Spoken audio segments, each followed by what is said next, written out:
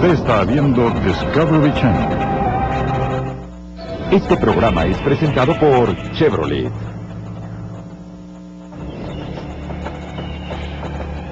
Biloxi, Mississippi. Un tranquilo pueblo del sur, con un candente centro de corrupción. En 1987, su secreto estalló violentamente hacia la superficie. Provocó la muerte de 2 ciudadanos renombrados y derribó a los cabecillas de una gran conspiración. Las pruebas se acumulan. Aún no hay sospechosos.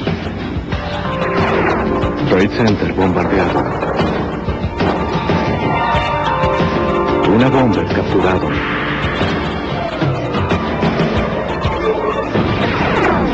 Fugitivo anda suelto.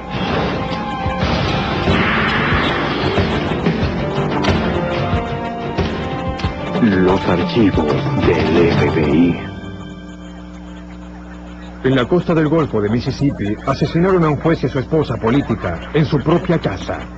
El criminal dejó pocas pistas. Parecía un golpe profesional, y la investigación no condujo a ningún sitio. Pero el FBI rehusó rendirse. Soy Jim Kallstrom, ex principal del FBI en Nueva York.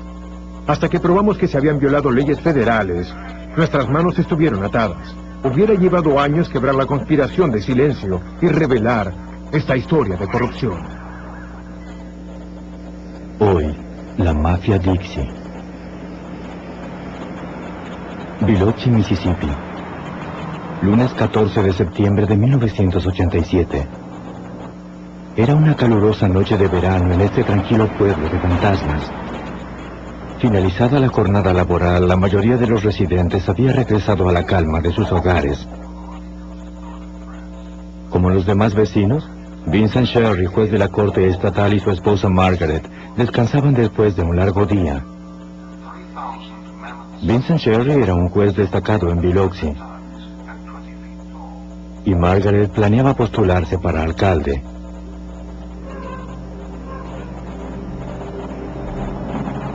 Ambos estaban vinculados a las funciones sociales y comunitarias de Biloxi.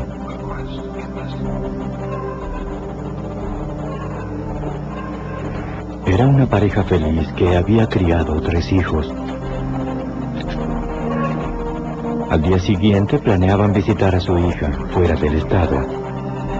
Su vida en pareja parecía ideal. Ya se preparaban para ir a dormir cuando llamó a la puerta una visita inesperada. ¿Qué está haciendo aquí? ¿Quién es usted? ¡Salga de aquí! Y puso fin a su mundo perfecto.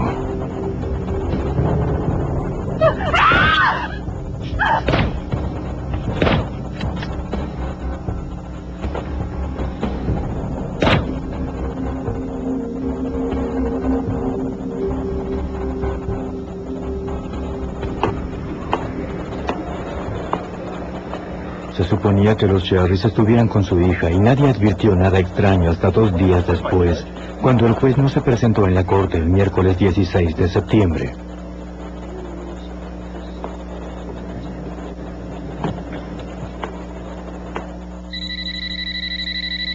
Nadie respondía en la casa de los Sherry. Disculpe, no podemos atenderlo. Deje su mensaje después de la señal.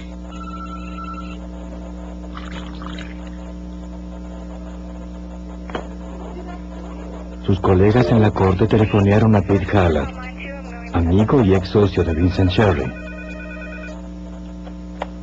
Buenos días, Peter Hallett. Pero él tampoco sabía nada. Debe estar en la corte. ¿Cuándo partió?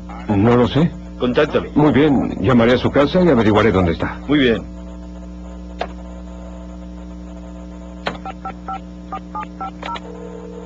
Después de dejar un mensaje preocupado en el contestador, sintió que sería mejor cerciorarse personalmente. El contestador. Juez, soy Pete. Lo buscan en la corte. ¿Está todo bien? Cuando salía, pidió a su colaborador Charles Laguerre que marchara con él. Charlie, necesito ayuda. Llama más tarde. Vamos.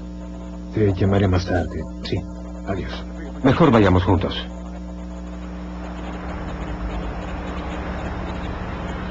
Mientras viajaban, Laguerre intentó conversar, pero Halad parecía distante, tal vez preocupado por el juez.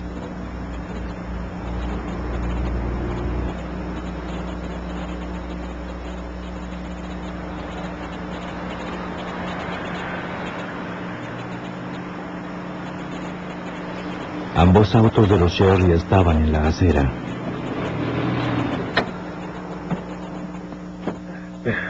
Bien, el auto está aquí. No me agrada. ¿Qué no le agrada? El auto está aquí. Halad pidió a Laguerre que ingresara a la casa mientras él preguntaba a la vecina si había visto a la pareja. ¿Por qué no te adelantas?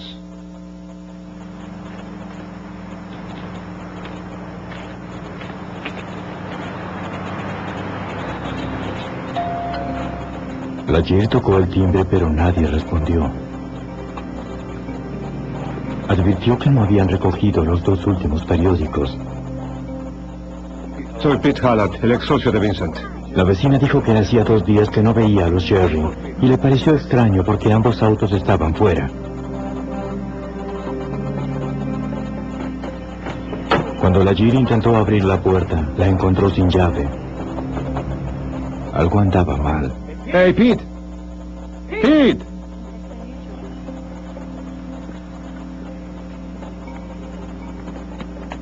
Golpeé la puerta y se abrió. Halad, preocupado por la puerta abierta, ingresó con cautela.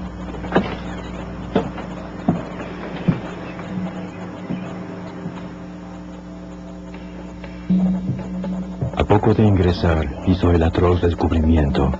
El juez había sido abatido a disparos en su propia casa. ¿Qué sucede? Llamaron a la policía.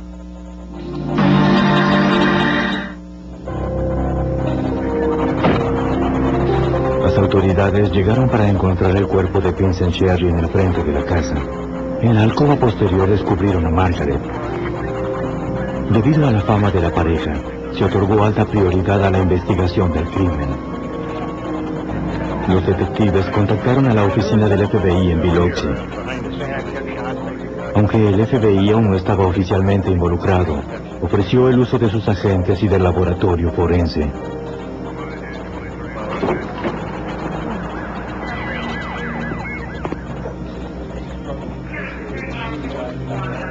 Adentro, la policía comenzó la inspección de la escena del crimen en busca de pistas. Analizaron las salpicaduras de sangre para determinar el ángulo de los proyectiles. Si pudieran calcular dónde se ubicó el asesino cuando disparó, podrían reconstruir el crimen. Bien.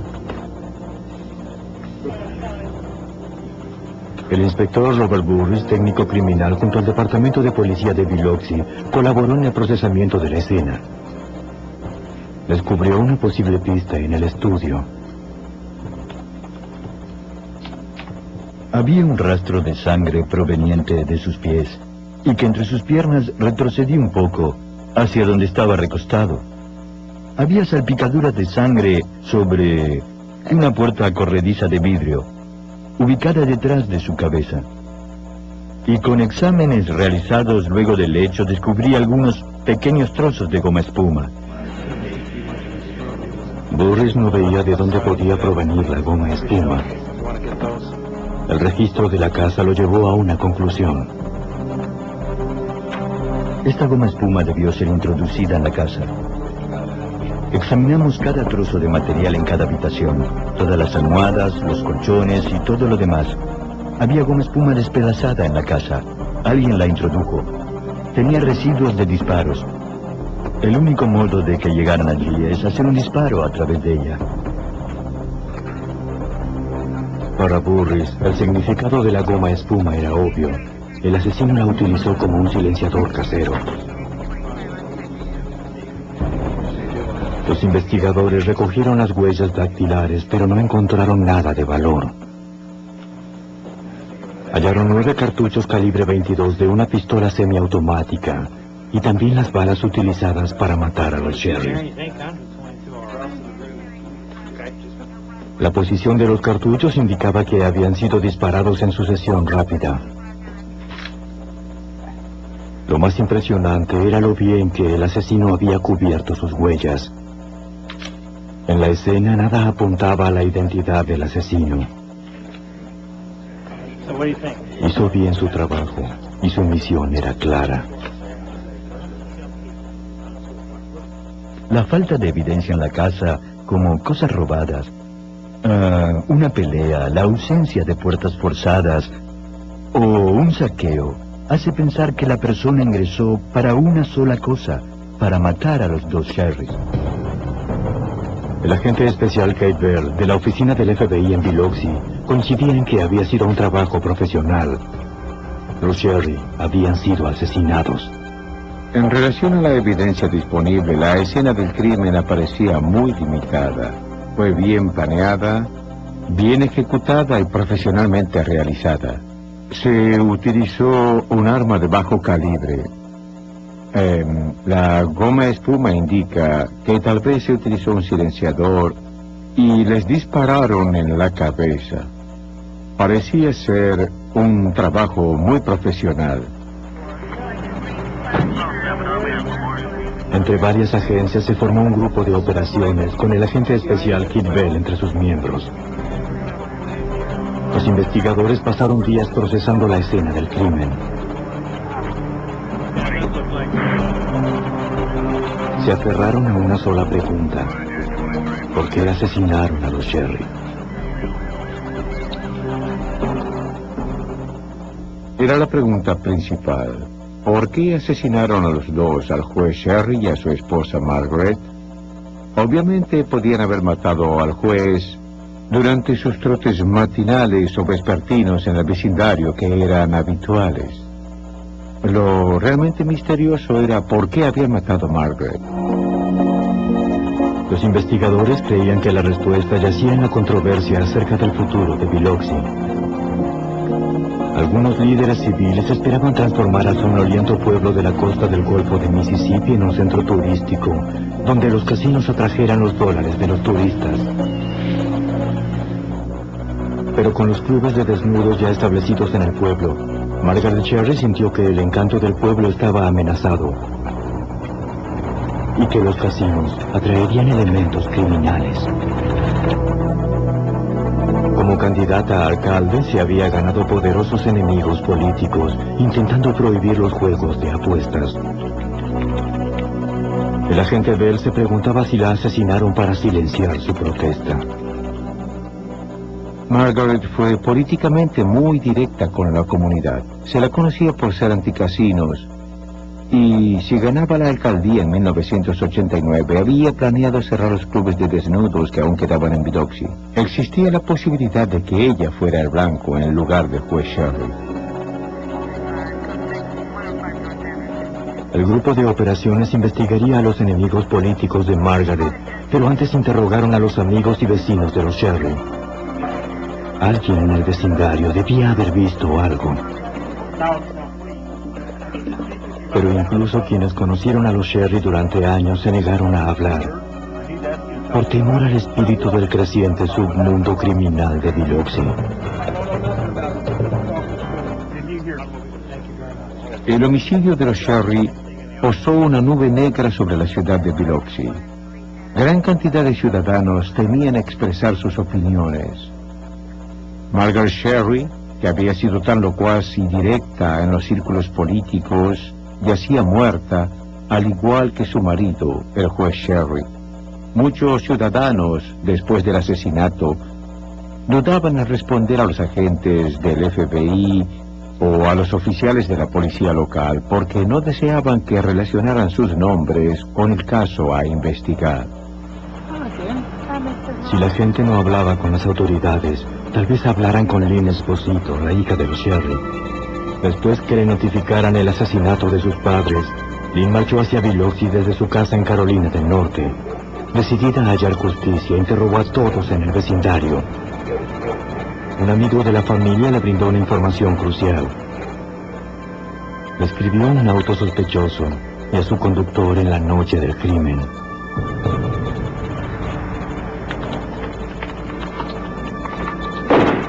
Ella se dirigió a la policía. identificaron al hombre que había visto un Ford Fairmont sospechoso circulando frente a la casa de los Sherry la noche del lunes 14 de septiembre de 1987. Los investigadores intentaron identificar al conductor basados en la descripción del testigo. La búsqueda resultó infructuosa. Pero pocos días después, no muy lejos de la casa de los Sherry, los investigadores hallaron un auto abandonado, un Ford Fairmont. La verificación de la identificación del auto reveló que lo habían robado el día anterior a los homicidios. Pero también descubrieron que la patente no estaba registrada a nombre de ese auto. Advirtiendo que este tal vez fuera el auto de huida del asesino, lo remolcaron hasta las cocheras de la policía para un examen más amplio. Después de comunicar el descubrimiento a Kid Bell, procesaron el auto en busca de pistas. El inspector Robert Burris halló algo peculiar. Cuando procesaba el vehículo advertí que habían quitado la luz del techo, quitaron la bombilla. En otras palabras, al abrir la puerta del auto no había luz, ambos visores estaban bajos. Si alguien marchaba en el auto tanto de día como de noche, no hubiera sido posible ver su rostro claramente. Más que nunca los investigadores creían que ese era el auto utilizado por el asesino. Todo lo encontrado en su interior fue etiquetado, empacado y enviado al laboratorio del FBI en Washington, D.C. Pero los analistas del FBI no hallarían ninguna evidencia de valor.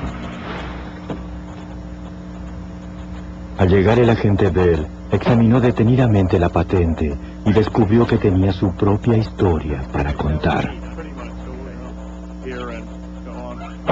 Supieron que la patente en el Ford Fairmont había sido robada de un auto abandonado en 1984, 3 años antes del homicidio.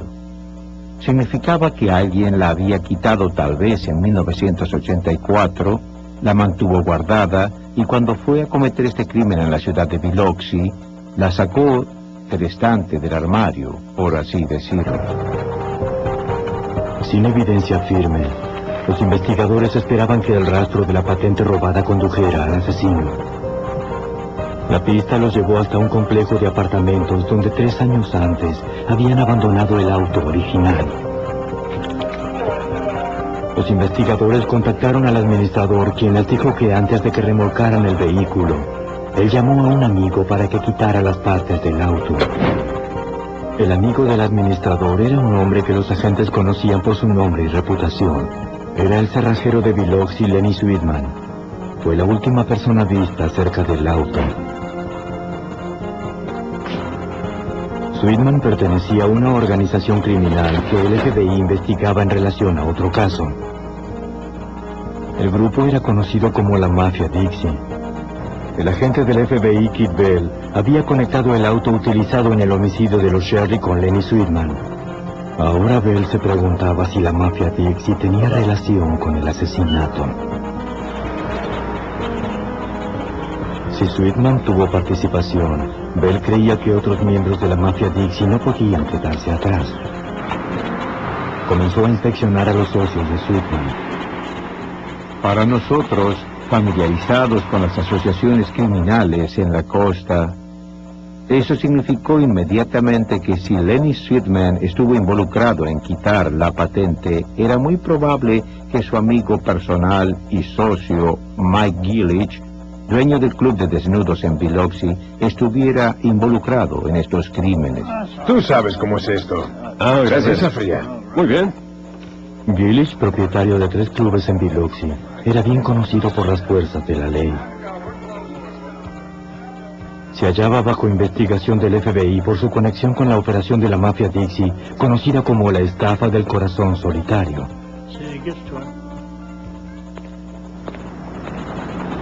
Pero el agente Bell necesitaba algo que conectara las dos investigaciones. Y comenzó a familiarizarse con la estafa del corazón solitario. Fue dirigida desde la prisión Angola en Luisiana por un hombre llamado Kirksey Nix, el encarcelado cabecilla de la mafia Dixie. No, el primer modelo. Nix publicaba avisos en revistas gay, solicitando dinero para ayudar a resolver problemas legales de supuestos homosexuales. A través de la estafa, Nix esperaba generar dinero suficiente para resolver sus propios problemas legales. Cumplía cadena perpetua por asesinato. Desde su celda en Angola, coordinaba lo que denominamos estafa homosexual, que generó cientos de miles de dólares provenientes de personas de todo el país y algunos de Canadá. Con este dinero, él pretendía o intentaba comprar su salida de la prisión de Luisiana donde cumplía sentencia. Quienes leían los avisos de la revista, creyendo que ayudaban a solucionar los problemas de los homosexuales, transferían dinero a la Western Union más cercana. Nix llamaba a su contacto en el exterior, Mike Gillish. Gillish despachaba a su viajante para rescatar el dinero. Gillish se aseguraba de que el dinero de la estafa se distribuyera entre los miembros de la mafia Dixie y se guardara para Kirksey Nix. Ten cuidado. Durante los meses siguientes, los investigadores hallaron más evidencias en la estafa del corazón solitario. Pero aún no había conexión directa entre estos conspiradores y los asesinos de los Sherry. Después de un año de investigación, el caso amenazó con estancarse. Hola. Después de 16 meses, la hija de los Sherry, Lynn Esposito, se sintió frustrada. En enero de 1989, contrató a Rex Armistead, un investigador privado, para acelerar la investigación del asesinato de sus padres. ¿Se puede resolver? Lo llamaré esta tarde y me ocuparé personalmente del caso.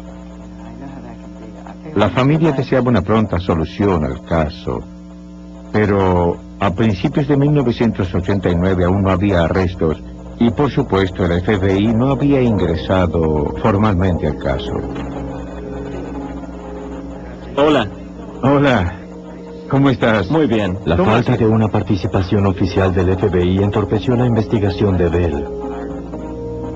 Cuando Armistead lo visitó, Bell acogió su participación, esperando que pudieran compartir información. Ambos eran viejos conocidos, desde los días de Armistead en las fuerzas de la ley. Ya que Bell no podía actuar oficialmente, Armistead siguió una pista que parecía prometedora. Interrogaría a otro prisionero de Angola. Armistead y Bell esperaban que el prisionero finalmente vinculara la estafa del corazón solitario con el homicidio de los Sherry. Se reunió con las personas adecuadas y debido a su conocimiento de la mafia Dixie y a lo que supo por las autoridades legales en la costa, fue a Angola y habló con la persona indicada.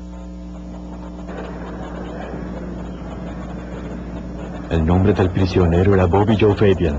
Era otro conocido miembro de la mafia Dixie, condenado por secuestro y por disparar a un policía estatal. Fabian afirmaba no haber participado en el asesinato de los Sherry, pero sabía que su compañero de celda lo había hecho. Fabian le dijo a Armistead que Nix había asesinado al juez Sherry porque supuestamente el juez había robado dinero de la estafa del corazón solitario. Eso no fue todo. Dijo que Nix supo de la defraudación a través de Pete Hallad, el abogado ex socio de Sherry. Hallad, el hombre que había leído el responso en el funeral de los Sherry, ahora resultaba implicado.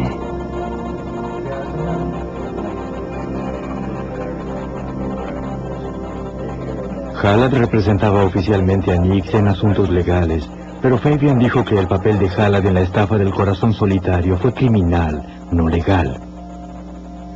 Hallad era uno de los que recibía dinero de Nix por custodiar al viajante de Mike Gillish.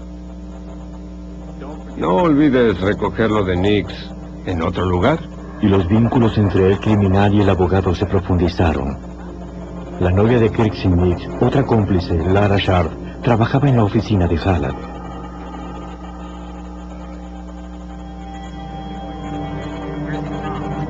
Fabian dijo que Lara Sharp y Pete Hallett guardaban dinero de la estafa en una caja fuerte para Kirk y Nix. Y dijo que la suma había alcanzado los 6 dígitos. Gracias a Fabian se estableció el vínculo entre los homicidios y la estafa del corazón solitario. Y Fabian no solo brindó los posibles móviles del crimen, también proporcionó el nombre del asesino, un ex convicto llamado John Ransom, quien se creía vivía en Georgia.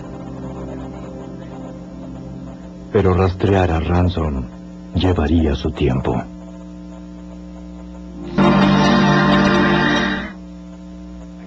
En agosto de 1989, 2 años después del asesinato de los Sherry, el agente Bell poseía suficiente evidencia para garantizar de parte del FBI una investigación completa de los homicidios.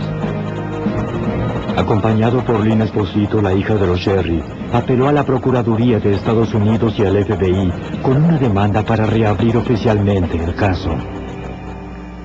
Con el vínculo entre la estafa y los homicidios, sabíamos que teníamos varias violaciones federales: fraude telegráfico, fraude postal, y tal vez tuviéramos a un asesino viajando desde Georgia a Mississippi para matar a los Sherry. Se decidió abrir una investigación oficial del FBI junto a las autoridades locales.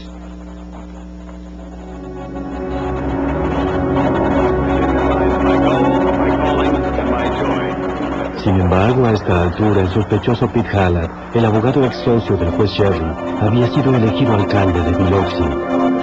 Tener un sospechoso clave en un alto cargo significó una nueva barrera para los investigadores. Resultó muy difícil y complicado para el FBI compartir toda esta información con las autoridades locales. No digo que la policía local fuera corrupta en modo alguno, sino que el alcalde Hallett nombró a uno de los suyos como director de seguridad pública y jefe de policía. Debíamos ser prudentes en relación a lo que compartíamos con las autoridades locales durante ese periodo. En agosto de 1989, mientras los investigadores intentaban desentrañar la verdad sobre el homicidio de los Sherry, el informante Bobby Joe Fabian realizó una movida sorpresiva. Relató a la televisión su historia acerca de los Sherry. Fabian esperaba que al atraer la atención sobre él mismo, Kirk y Nick tuviera menos oportunidad de matarlo por colaborar con las autoridades. Junto al informe, la estación emitió una fotografía de John Ransom, el supuesto asesino en el caso Sherry. Cuando Charles Laguerre, el joven colaborador de Pete Hallett, vio la foto, quedó sorprendido. Recordó ver a Ransom fuera de las oficinas Sherry Hallett pocas semanas antes del crimen. ¿Hola? Laguerre compartió su información con el grupo de operaciones.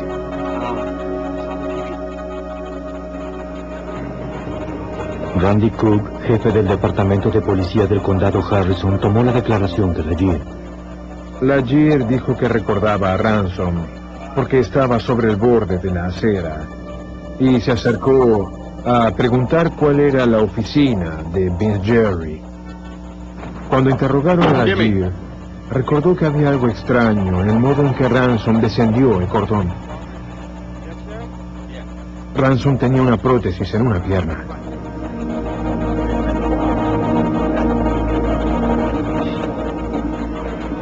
Los investigadores supieron que Ransom estaba en la prisión de Georgia cumpliendo condena por otro crimen.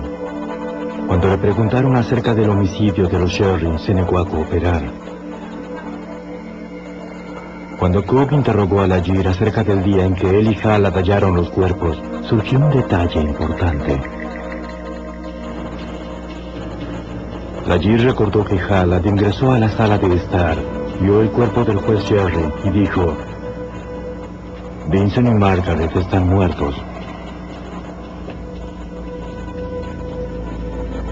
Cook transmitió esto al agente Bell. Lo interesante era que el cuerpo de Margaret se hallaba en la habitación posterior de la residencia. Y según Chuck Lagier, Pete Hallett solo tuvo tiempo para registrar brevemente el frente de la casa y no había modo de que supiera que Margaret yacía en la alcoba posterior. En octubre de 1989, 2 años después del crimen, el agente Bell supo que Hallett estaba involucrado, pero aún faltaba evidencia para arrestarlo. De todas formas, creyó que era hora de encarar al alcalde Hallett. Sería una advertencia, hombre a hombre. Dejé que el alcalde Hallett supiera que yo creía que él sabía más de lo que había dicho a las autoridades acerca del asesinato de los Sherry, y recuerdo que le dije que el FBI continuaría trabajando hasta que el caso quedara resuelto. Recuerdo que él sonrió y no pudo decir absolutamente nada. Como abogado, Hallett sabía que Bell necesitaría evidencia más concreta para asegurar una condena, pero no advirtió el profundo compromiso de Bell para llevarlo ante la justicia.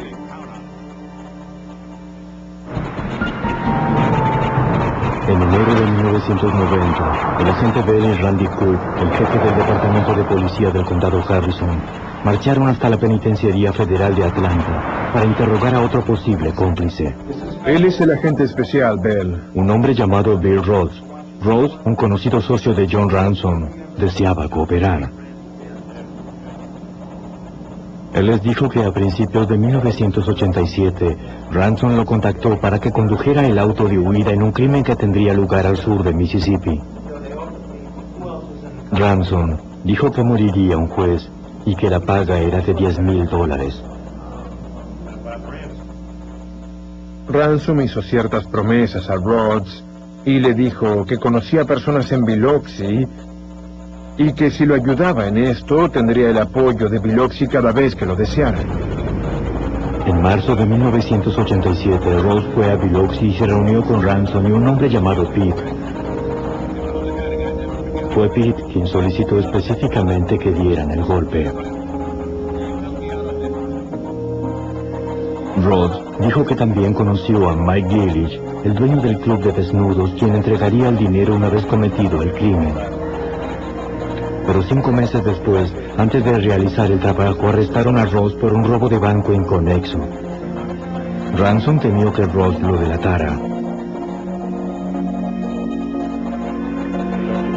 La información ayudó en el avance del caso, pero el agente Bell y el oficial Cook sentían que Ransom guardaba las piezas faltantes. Pasaría un año más sin demasiados progresos.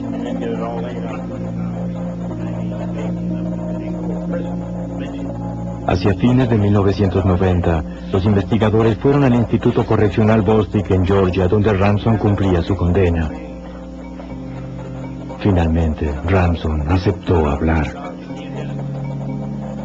Admitió entregar una pistola calibre 22 a Lara Sharp, la novia de Kirksey Nix, pero Ransom insistió en que no había hecho el trabajo. Según el relato de Ransom, la participación de Lara no se reducía simplemente a guardar el dinero de la estafa en una caja fuerte. ¿Ya está? Sí. Muy bien. A través de su contacto con Sharp, Nick supo que la investigación se estaba recalentando. Le preocupó que su novia pudiera hablar, y para evitar el problema, contrató a quien se encargara de su vida.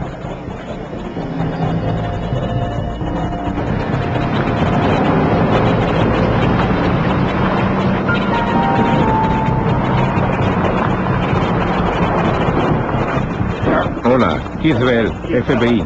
Señorita A Sharp, fines quisiera de hablar... 1990, Bell la arrestó por su participación en los asesinatos e inadvertidamente la salvó del asesino de Nix.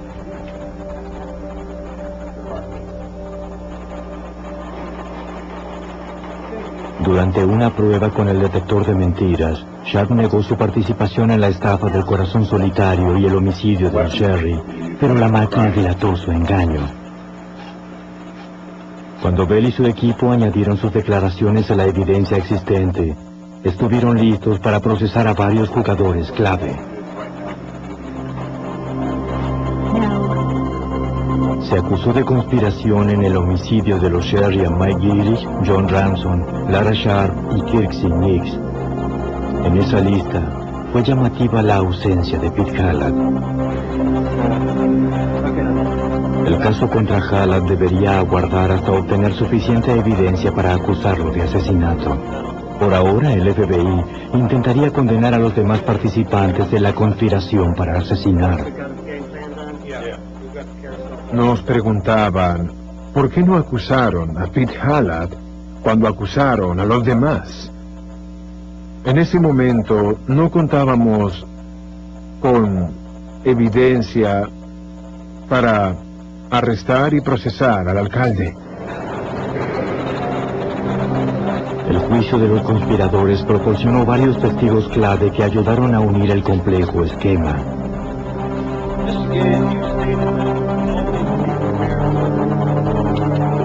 Roddy Gant, el viajante de Gillish en la estafa, testificó ante la fiscalía. Su testimonio ayudó a vincular la estafa con los homicidios.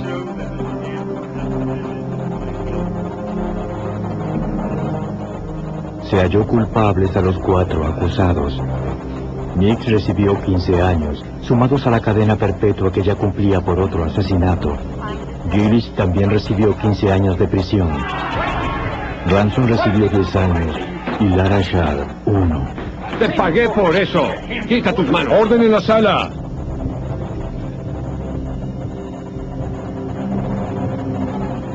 Con los conspiradores detrás de las rejas y la estafa desbaratada, Bell se movió hacia el siguiente objetivo. Decidimos no finalizar la investigación después de las condenas iniciales de 1991, básicamente porque aún no habíamos probado quién había disparado a los Sherry, y a esta altura no habíamos acusado o condenado a Pete Hallett, y todos sentíamos que Pete Hallett tenía un papel importante en la estafa y en la conspiración. Estábamos decididos a continuar la investigación hasta obtener suficiente evidencia para acusar y condenar a Hallett y a quien disparó. Hacia fines de julio de 1992, el agente Bell obtuvo lo que buscaba. Después del juicio por la conspiración, Gillish buscaba desesperadamente salir de prisión. Contactó a uno de sus socios en Biloxi y le pidió que contactara a Roddy Gant con una oferta.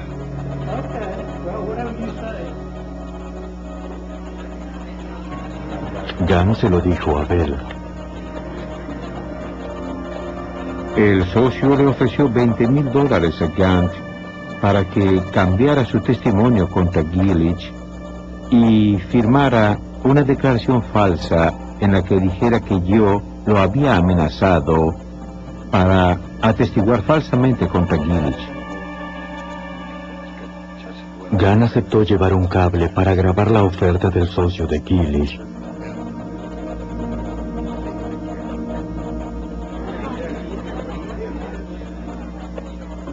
Gant se reunió con él en Mississippi. La grabadora estaba encendida cuando el socio de Gillish reiteró el soborno. Gant aceptó según las instrucciones de Bell.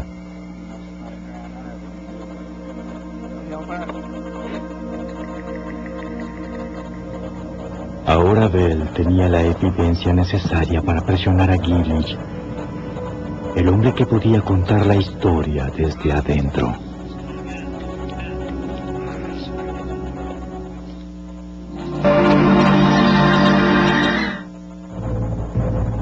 Después de todos los años de trabajo esmerado que Bell invirtió en el caso, llegaba la satisfacción.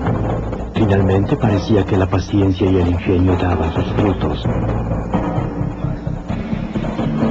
Gillish no deseaba acumular más años en prisión. La implacable presión de Bell lo persuadió de hacer un trato antes de que comenzara el soborno. El miembro de la mafia Dixie diría lo que sabía acerca de los homicidios. Tal vez ahora Bell obtendría las condenas largamente demoradas.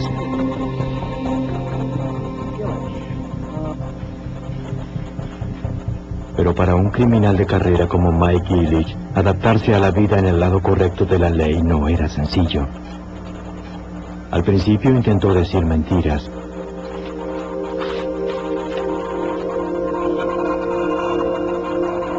Por supuesto, siempre lleva tiempo desarrollar cierto grado de confianza y comunicación con alguien así que por primera vez decide abandonar su papel de criminal y cooperar de alguna manera con el FBI. Cuando el engaño no funcionó, Gillich no tuvo alternativa. Tuvo que decir la verdad. Por primera vez Bell oyó la historia desde una fuente interna. Gillich sabía todos los detalles. Mike era el punto central. Mike conocía a Kirsten Nix y a Pete Hallett desde hacía varios años. Finalmente, cuando Nix buscó un abogado en la zona costera para representarlo en varios asuntos, Mike Gillich presentó a Nix y Pete Hallett. Confirmó que Pete Hallett estaba detrás del plan para asesinar a los Sherry y que el complot nació directamente de Kirsten Nix en la prisión de Angola. Algunos meses antes de la muerte de los Sherry, Hallett cerró la caja fuerte a la que él y la novia de Nix, Lara Sharp, tenían acceso para que ella no pudiera disponer del dinero. Entonces Hallett transfirió el dinero a una caja que solo podían usar él y el juez Sherry. Llevado por su avaricia, robó $100,000 de allí. Como Nix confiaba en su socio, Hallett pudo culpar al juez Sherry. Luego le comunicó el hurto a Mike Gillich. El señor Gillich declaró que Pete Hallett se acercó a él hacia fines de 1986 y le dijo que parte del dinero había desaparecido, alrededor de $100,000. Y el señor Hallett culpó al juez Sherry por la falta del dinero. Hallett sabía que Kirsten Nix estaría furioso al respecto.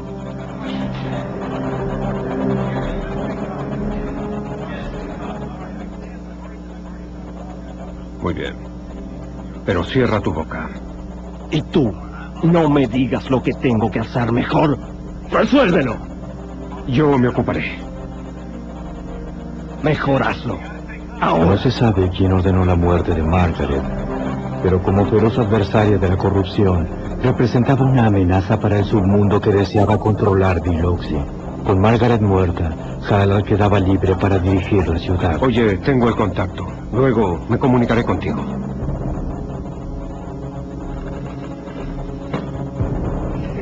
Gillich dijo que él y Hallett planearon los asesinatos. Ransom y Rose suministraron el arma. Pero cuando iban a dar el golpe, Gillich halló un reemplazo. Un criminal tejano llamado Thomas Holcomb.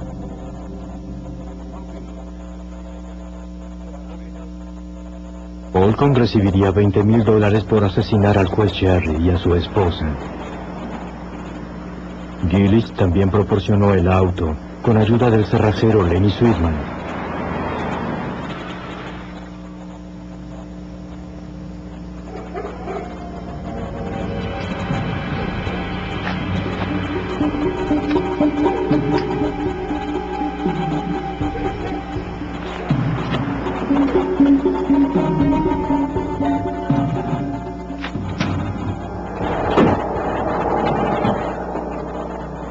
¡Aléjese de mí! ¡Yo no hice nada!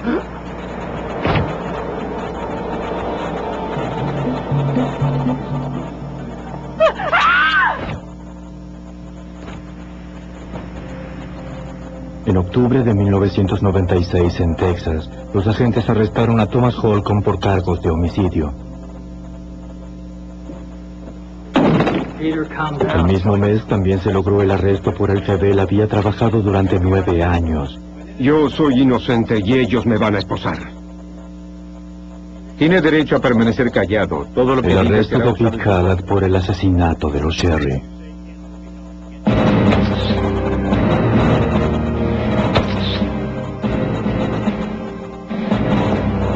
Kirksey Nix y Lara Sharp fueron acusados por 52 cargos, incluidos fraude, lavado de dinero y homicidio.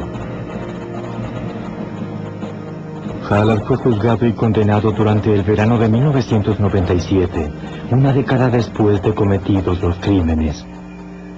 Lo sentenciaron a 18 años en prisión federal. También juzgaron y condenaron a Kirksey Nix y Thomas Holcomb, el asesino. Ambos recibieron cadena perpetua. Lara Sharp, la novia de Nix, recibió 5 años. Creo que ahora muchos ciudadanos en Biloxi advierten la cantidad de profesionales esforzados que harán todo lo posible para proteger a la comunidad y que trabajan duro para resolver grandes crímenes. Creo que el legado de este caso para el elemento criminal es que ahora advierten que pueden cometer un crimen y pensar que después de un año se salvarán, pero podemos retroceder 10 años y atraparlos. Mientras los asesinos de los Sherry finalmente fueron juzgados, el sueño de Margaret Sherry de un Biloxi libre de antros nunca se cumplió. En cambio, Biloxi se convirtió en centro de apuestas, lleno de casinos y luces de neón. El somnoliento pueblo sureño desapareció para siempre, junto a la mujer que perdió la vida, intentando salvarlo.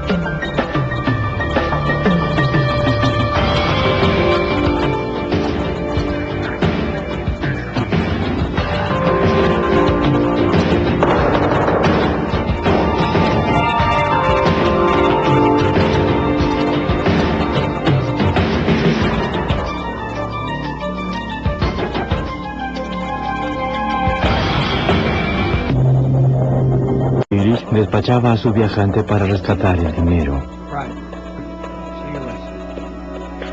Gillich se aseguraba de que el dinero de la estafa se distribuyera entre los miembros de la mafia Dixie y se guardara para Kirksey Nix. Ten cuidado.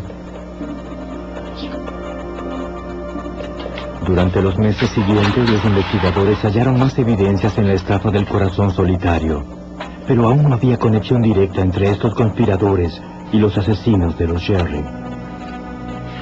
Después de un año de investigación, el caso amenazó con estancarse. Hola. Después de 16 meses, la hija de los Sherry, Lynn Esposito, se sintió frustrada. En enero de 1989, contrató a Rex Armistead, un investigador privado, para acelerar la investigación del asesinato de sus padres. ¿Se puede resolver? Lo llamaré esta tarde y me ocuparé personalmente del caso. La familia deseaba una pronta solución al caso, pero a principios de 1989 aún no había arrestos y por supuesto el FBI no había ingresado formalmente al caso. Hola. Hola, ¿cómo estás? Muy bien. La falta de una participación oficial del FBI entorpeció la investigación de Bell. Cuando Armistead lo visitó, Bell acogió su participación, esperando que pudieran compartir información. Ambos eran viejos conocidos, desde los días de Armistead en las fuerzas de la ley.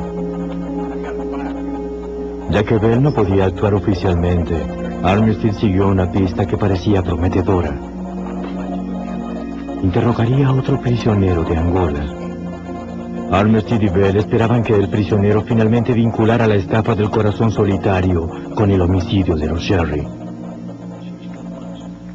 Se reunió con las personas adecuadas y debido a su conocimiento de la mafia Dixie y a lo que supo por las autoridades legales en la costa, fue a Angola y habló con la persona indicada.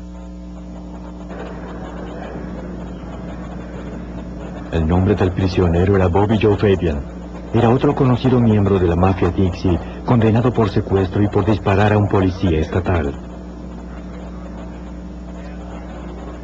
Fabian afirmaba no haber participado en el asesinato de los Sherry, pero sabía que su compañero de celda lo había hecho. Fabian le dijo a Armistead que Nix había asesinado al juez Sherry porque supuestamente el juez había robado dinero de la estafa del corazón solitario. Eso no fue todo. Dijo que Nix supo de la defraudación a través de Pete Hallett, el abogado ex socio de Sherry. Con el vínculo entre la estafa y los homicidios, sabíamos que teníamos varias violaciones federales: fraude telegráfico, fraude postal, y tal vez tuviéramos a un asesino viajando desde Georgia a Mississippi para matar a los Sherry. Se decidió abrir una investigación oficial del FBI junto a las autoridades locales.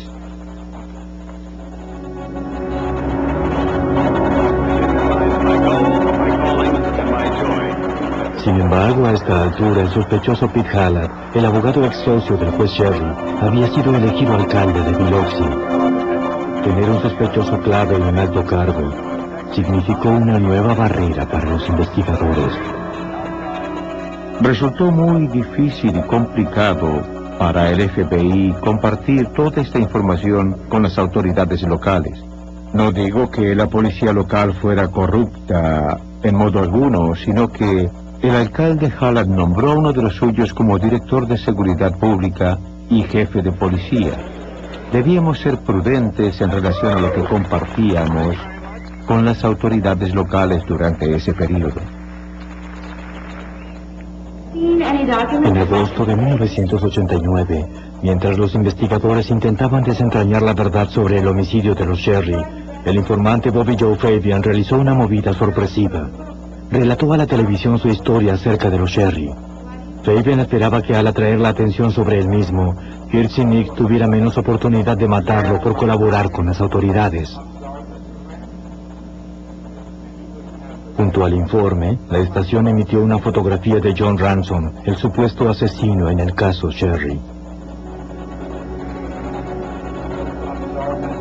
Cuando Charles Laguerre, el joven colaborador de Pete Hallett, vio la foto, quedó sorprendido. Recordó ver a Ransom fuera de las oficinas Sherry Hallett pocas semanas antes del crimen. ¿Hola? Laguerre compartió su información con el grupo de operaciones.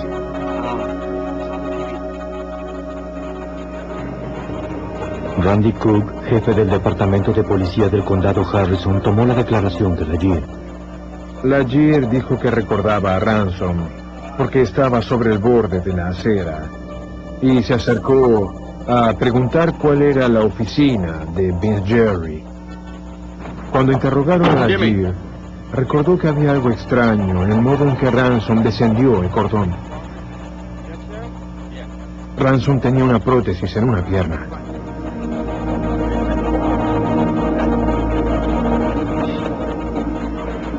Comunicar el descubrimiento a Kid Bell, procesaron el auto en busca de pistas.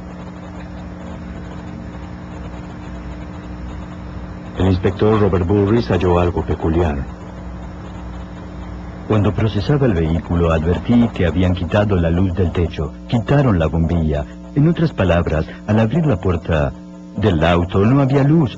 Ambos visores estaban bajos. Si alguien marchaba en el auto tanto de día como de noche, no hubiera sido posible ver su rostro claramente. Más que nunca los investigadores creían que ese era el auto utilizado por el asesino. Todo lo encontrado en su interior fue etiquetado, empacado y enviado al laboratorio del FBI en Washington, D.C. Pero los analistas del FBI no hallarían ninguna evidencia de valor. Al llegar el agente Bell, examinó detenidamente la patente y descubrió que tenía su propia historia para contar. Supieron que la patente en el Ford Fairmont había sido robada de un auto abandonado en 1984, 3 años antes del homicidio. Significaba que alguien la había quitado tal vez en 1984, la mantuvo guardada y cuando fue a cometer este crimen en la ciudad de Biloxi, la sacó del estante del armario, por así decirlo. Sin evidencia firme, los investigadores esperaban que el rastro de la patente robada condujera al asesino. La pista los llevó hasta un complejo de apartamentos donde 3 años antes habían abandonado el auto original. Los investigadores contactaron al administrador, quien les dijo que antes de que remolcaran el vehículo, él llamó a un amigo para que quitara las partes del auto. El amigo del administrador era un hombre que los agentes conocían por su nombre y reputación. Era el cerrajero de Biloxi, Lenny Sweetman. Fue la última persona vista cerca del auto. Sweetman pertenecía a una organización criminal que el FBI investigaba en relación a otro caso. El grupo era conocido como la Mafia Dixie. El agente del FBI, Kid Bell, había conectado el auto utilizado en el homicidio de los Sherry con Lenny Sweetman. Ahora Bell se preguntaba si la Mafia Dixie tenía relación con el asesinato. Si Sweetman tuvo participación, Bell creía que otros miembros de la Mafia Dixie no podían quedarse atrás. Comenzó a inspeccionar a los socios de Sweetman. Para nosotros, familiarizados con las asociaciones criminales en la costa, Ross dijo que también conoció a Mike Gillich, el dueño del club de desnudos, quien entregaría el dinero una vez cometido el crimen. Pero 5 meses después, antes de realizar el trabajo, arrestaron a Ross por un robo de banco inconexo. Ransom temió que Ross lo delatara. La información ayudó en el avance del caso, pero el agente Bell y el oficial Cook sentían que Ransom guardaba las piezas faltantes. Pasaría un año más sin demasiados progresos.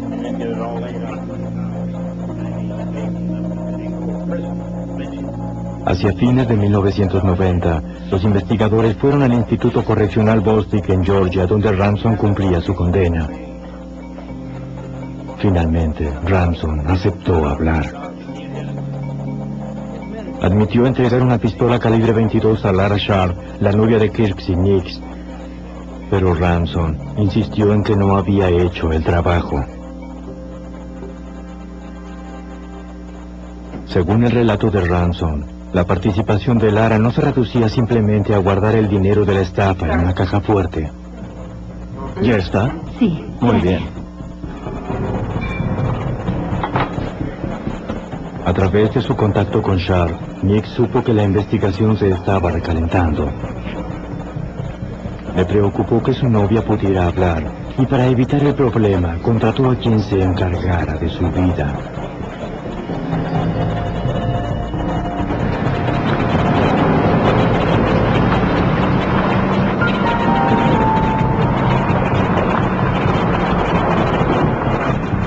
Hola, Keith Bell, FBI. Señorita A Sharp, fines quisiera de hablar... 1990, Bell la arrestó por su participación en los asesinatos e inadvertidamente la salvó del asesino de Nix.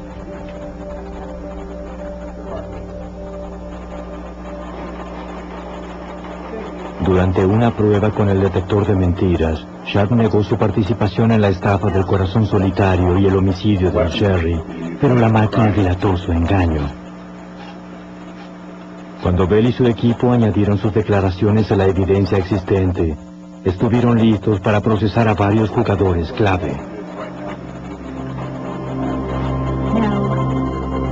Se acusó de conspiración en el homicidio de los Sherry a Mike Gillich, John Ransom, Lara Sharp y Kirksey Nix. En esa lista fue llamativa la ausencia de Pete Hallad. El caso contra Hallad debería aguardar hasta obtener suficiente evidencia para acusarlo de asesinato. Por ahora, el FBI intentaría condenar a los demás participantes de la conspiración para asesinar junta. ¿Por qué asesinaron a los Sherry? Era la pregunta principal. ¿Por qué asesinaron a los dos, al juez Sherry y a su esposa Margaret? Obviamente podían haber matado al juez durante sus trotes matinales o vespertinos en el vecindario que eran habituales. Lo realmente misterioso era por qué habían matado a Margaret. Los investigadores creían que la respuesta yacía en la controversia acerca del futuro de Biloxi. Algunos líderes civiles esperaban transformar al sonoliento pueblo de la costa del Golfo de Mississippi en un centro turístico, donde los casinos atrajeran los dólares de los turistas. Pero con los clubes de desnudos ya establecidos en el pueblo, Margaret Cherry sintió que el encanto del pueblo estaba amenazado y que los casinos atraerían elementos criminales. Como candidata a alcalde se había ganado poderosos enemigos políticos intentando prohibir los juegos de apuestas. El agente Bell se preguntaba si la asesinaron para silenciar su protesta. Margaret fue políticamente muy directa con la comunidad. Se la conocía por ser anticasinos y si ganaba la alcaldía en 1989 había planeado cerrar los clubes de desnudos que aún quedaban en Biloxi. Existía la posibilidad de que ella fuera el blanco en el lugar del juez Sherry. El grupo de operaciones investigaría a los enemigos políticos de Margaret, pero antes interrogaron a los amigos y vecinos de los Sherry. Alguien en el vecindario debía haber visto algo. Pero incluso quienes conocieron a los Sherry durante años se negaron a hablar, por temor al espíritu del creciente submundo criminal de Biloxi. El homicidio de los Sherry posó una nube negra sobre la ciudad de Biloxi. Gran cantidad de ciudadanos temían expresar sus opiniones. Margaret Sherry, que había sido tan locuaz y directa en los círculos políticos, yacía muerta, al igual que su marido, el juez Sherry. Muchos ciudadanos, después del asesinato, dudaban al responder a los agentes del FBI o a los oficiales de la policía local, porque no deseaban que relacionaran sus nombres con el caso a investigar. Si la gente no hablaba con las autoridades, tal vez hablaran con Lynn Esposito, la hija de los Sherry. Después que le notificaran el asesinato de sus padres, Lynn marchó hacia Biloxi desde su casa en Carolina del Norte, con el asesinato.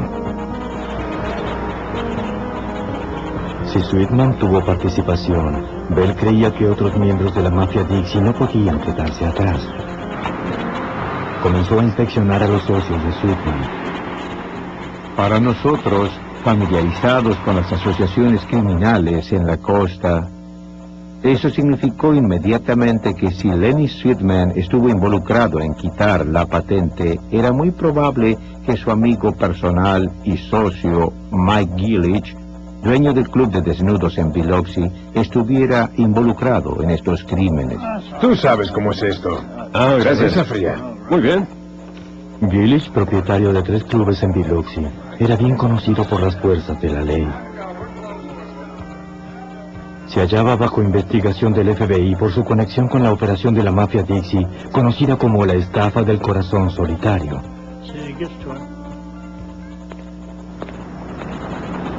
Pero el agente Bell necesitaba algo que conectara las dos investigaciones y comenzó a familiarizarse con la estafa del corazón solitario. Fue dirigida desde la prisión Angola en Luisiana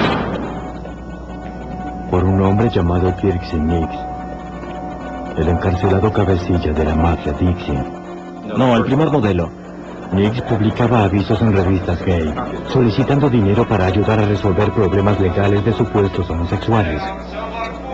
A través de la estafa, Nix esperaba generar dinero suficiente para resolver sus propios problemas legales. Cumplía cadena perpetua por asesinato. Desde su celda en Angola, coordinaba lo que denominamos estafa homosexual, que generó cientos de miles de dólares provenientes de personas de todo el país y algunos de Canadá. Con este dinero, él pretendía o intentaba comprar su salida de la prisión de Luisiana donde cumplía sentencia. Quienes leían los avisos de la revista, creyendo que ayudaban a solucionar los problemas de los homosexuales, transferían dinero a la Western Union más cercana. Nix llamaba a su contacto en el exterior, Mike Gillich. Gillich despachaba a su viajante para rescatar el dinero.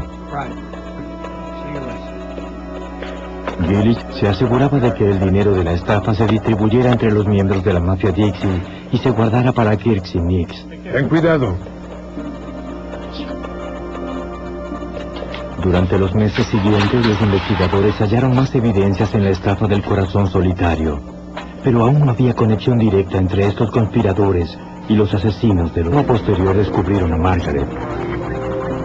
Debido a la fama de la pareja, se otorgó alta prioridad a la investigación del crimen. Los detectives contactaron a la oficina del FBI en Biloxi. Aunque el FBI aún no estaba oficialmente involucrado, ofreció el uso de sus agentes y del laboratorio forense.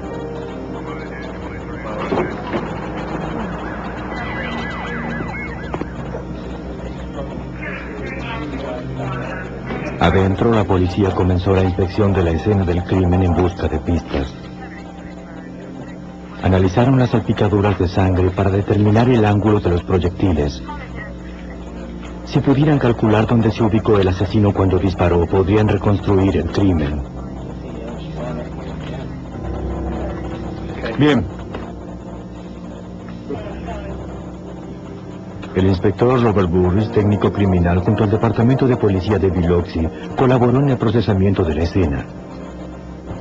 Descubrió una posible pista en el estudio. Había un rastro de sangre proveniente de sus pies, y que entre sus piernas retrocedía un poco hacia donde estaba recostado. Había salpicaduras de sangre sobre una puerta corrediza de vidrio, ubicada detrás de su cabeza.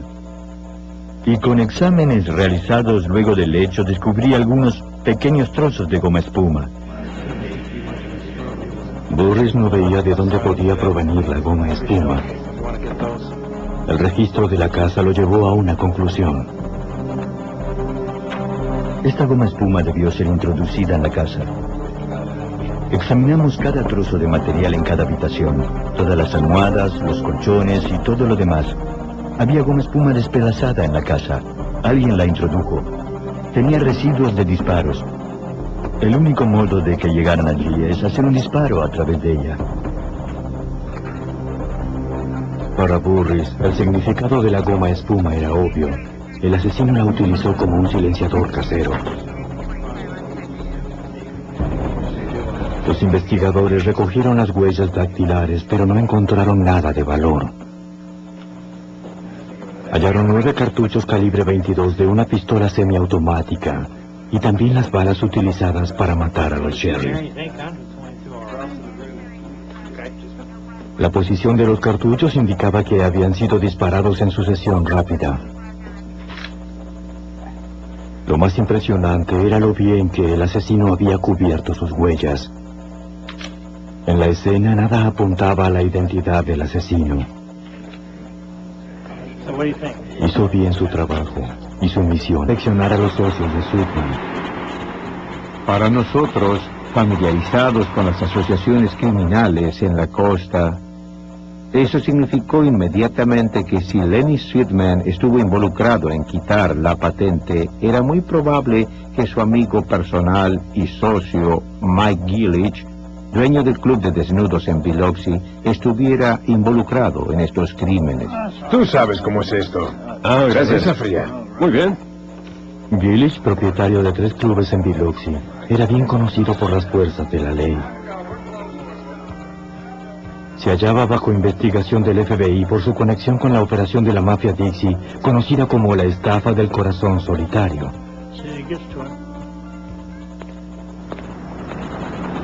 Pero el agente Bell necesitaba algo que conectara las dos investigaciones y comenzó a familiarizarse con la estafa del corazón solitario. Fue dirigida desde la prisión Angola en Luisiana por un hombre llamado Kirksey Nix, el encarcelado cabecilla de la mafia Dixie. No, el primer modelo. Nix publicaba avisos en revistas gay, solicitando dinero para ayudar a resolver problemas legales de supuestos homosexuales. A través de la estafa, Nix esperaba generar dinero suficiente para resolver sus propios problemas legales. Cumplía cadena perpetua por asesinato. Desde su celda en Angola, coordinaba lo que denominamos estafa homosexual, que generó cientos de miles de dólares provenientes de personas de todo el país y algunos de Canadá. Con este dinero, él pretendía o intentaba comprar su salida de la prisión de Luisiana donde cumplía sentencia. Quienes leían los avisos de la revista, creyendo que ayudaban a solucionar los problemas de los homosexuales, transferían dinero a la Western Union más cercana. Nix llamaba a su contacto en el exterior, Mike Gillish. Gillish despachaba a su viajante para rescatar el dinero. Gillish se aseguraba de que el dinero de la estafa se distribuyera entre los miembros de la mafia Dixie y se guardara para Kirks y Nix. Ten cuidado. Durante los meses siguientes, los investigadores hallaron más evidencias en la estafa del corazón solitario, pero aún no había conexión directa entre estos conspiradores y los asesinos de los Sherry. Después de un año de investigación, el caso amenazó con estancarse. Hola. Después contra Gillish. Gunn aceptó llevar un cable para grabar la oferta del socio de Gillish.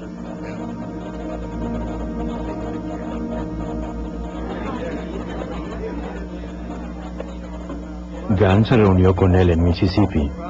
La grabadora estaba encendida cuando el socio de Gillish reiteró el soborno. Gunn aceptó según las instrucciones de Bell.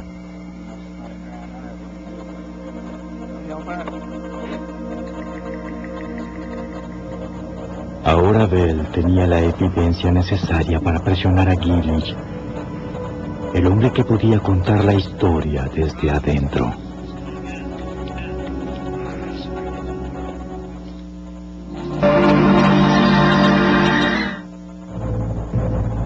Después de todos los años de trabajo esmerado que Bell invirtió en el caso, llegaba la satisfacción. Finalmente parecía que la paciencia y el ingenio daban sus frutos. Gillish no deseaba acumular más años en prisión. La implacable presión de Bell lo persuadió de hacer un trato antes de que comenzara el soborno. El miembro de la mafia Dixie diría lo que sabía acerca de los homicidios. Tal vez ahora Bell obtendría las condenas largamente demoradas.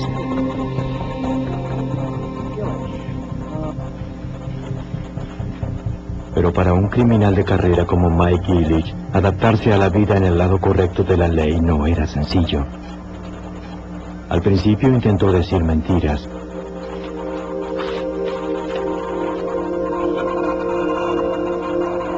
Por supuesto, siempre lleva tiempo desarrollar cierto grado de confianza y comunicación con alguien así que por primera vez decide abandonar su papel de criminal y cooperar de alguna manera con el FBI. Cuando el engaño no funcionó, Gillish no tuvo alternativa. Tuvo que decir la verdad. Por primera vez, Bell oyó la historia desde una fuente interna. Gillish sabía todos los detalles. Mike era el punto central. Mike conocía a Kirk Nix y a Pete Hallett desde hacía varios años. Finalmente, cuando Nix buscó un abogado en la zona costera para representarlo en varios asuntos, Mike Gillish presentó a Nix y Pete Hallett. Confirmó que Pete Hallett estaba detrás del plan para asesinar a los Sherry y que el complot nació directamente de Kirk Nix. Por supuesto, siempre lleva tiempo desarrollar cierto grado de confianza y comunicación con alguien así que por primera vez decide abandonar su papel de criminal y cooperar de alguna manera con el FBI. Cuando el engaño no funcionó, Gillish no tuvo alternativa. Tuvo que decir la verdad. Por primera vez, Bell oyó la historia desde una fuente interna. Gillish sabía todos los detalles. Mike era el punto central. Mike conocía a Kirk Nix y a Pete Hallett desde hacía varios años. Finalmente, cuando Nix buscó un abogado en la zona costera para representarlo en varios asuntos, Mike Gillich presentó a Nix y Pete Hallett.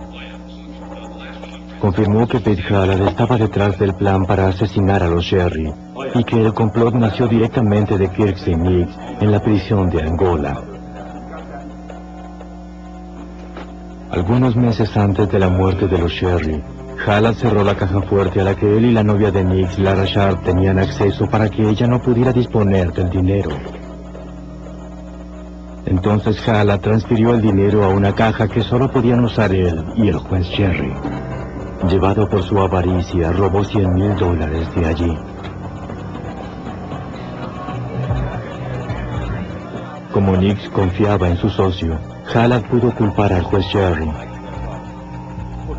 Luego le comunicó el hurto a Mike Gillich. El señor Gillich declaró que Pete Hallett se acercó a él hacia fines de 1986 y le dijo que parte del dinero había desaparecido, alrededor de $100,000. Y el señor Hallett culpó al juez Sherry por la falta del dinero. Hallett sabía que Kirksey Nix estaría furioso al respecto.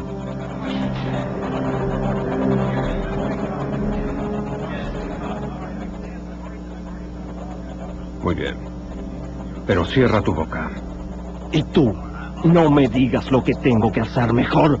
¡Resuélvelo! Yo me ocuparé. Mejor hazlo.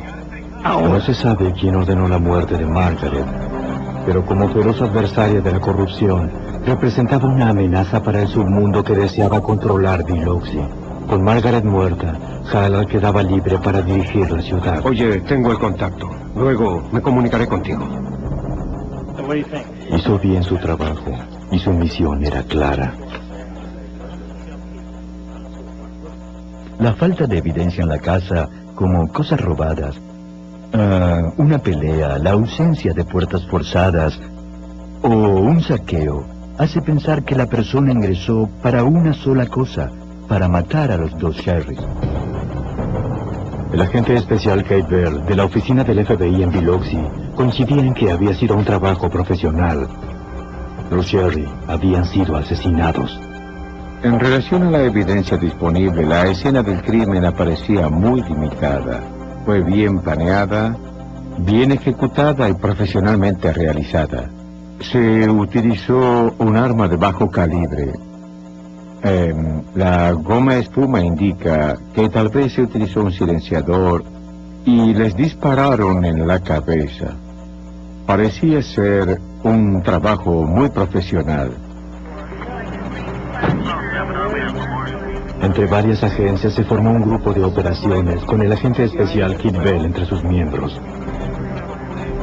Los investigadores pasaron días procesando la escena del crimen. Se aferraron a una sola pregunta: ¿por qué asesinaron a los Sherry? Era la pregunta principal. ¿Por qué asesinaron a los dos, al juez Sherry y a su esposa Margaret? Obviamente podían haber matado al juez durante sus trotes matinales o vespertinos en el vecindario que eran habituales. Lo realmente misterioso era por qué habían matado a Margaret. Los investigadores creían que la respuesta yacía en la controversia acerca del futuro de Biloxi. Algunos líderes civiles esperaban transformar al sonoliento pueblo de la costa del Golfo de Mississippi en un centro turístico, donde los casinos atrajeran los dólares de los turistas. Pero con los clubes de desnudos ya establecidos en el pueblo, Margaret Sherry sintió que el encanto del pueblo estaba amenazado y que los casinos atraerían elementos criminales. Como candidata a alcalde se había ganado poderosos enemigos políticos intentando prohibir los juegos de apuestas. El agente Bell se preguntaba si la asesinaron para silenciar su protesta. Margaret fue políticamente muy directa con la comunidad. Se la conocía por ser anticasinos Y si ganaba la alcaldía en 1989, había planeado cerrar los clubes de desnudos que aún quedaban en Biloxi. Existía la posibilidad de que ella fuera el blanco en lugar del juez.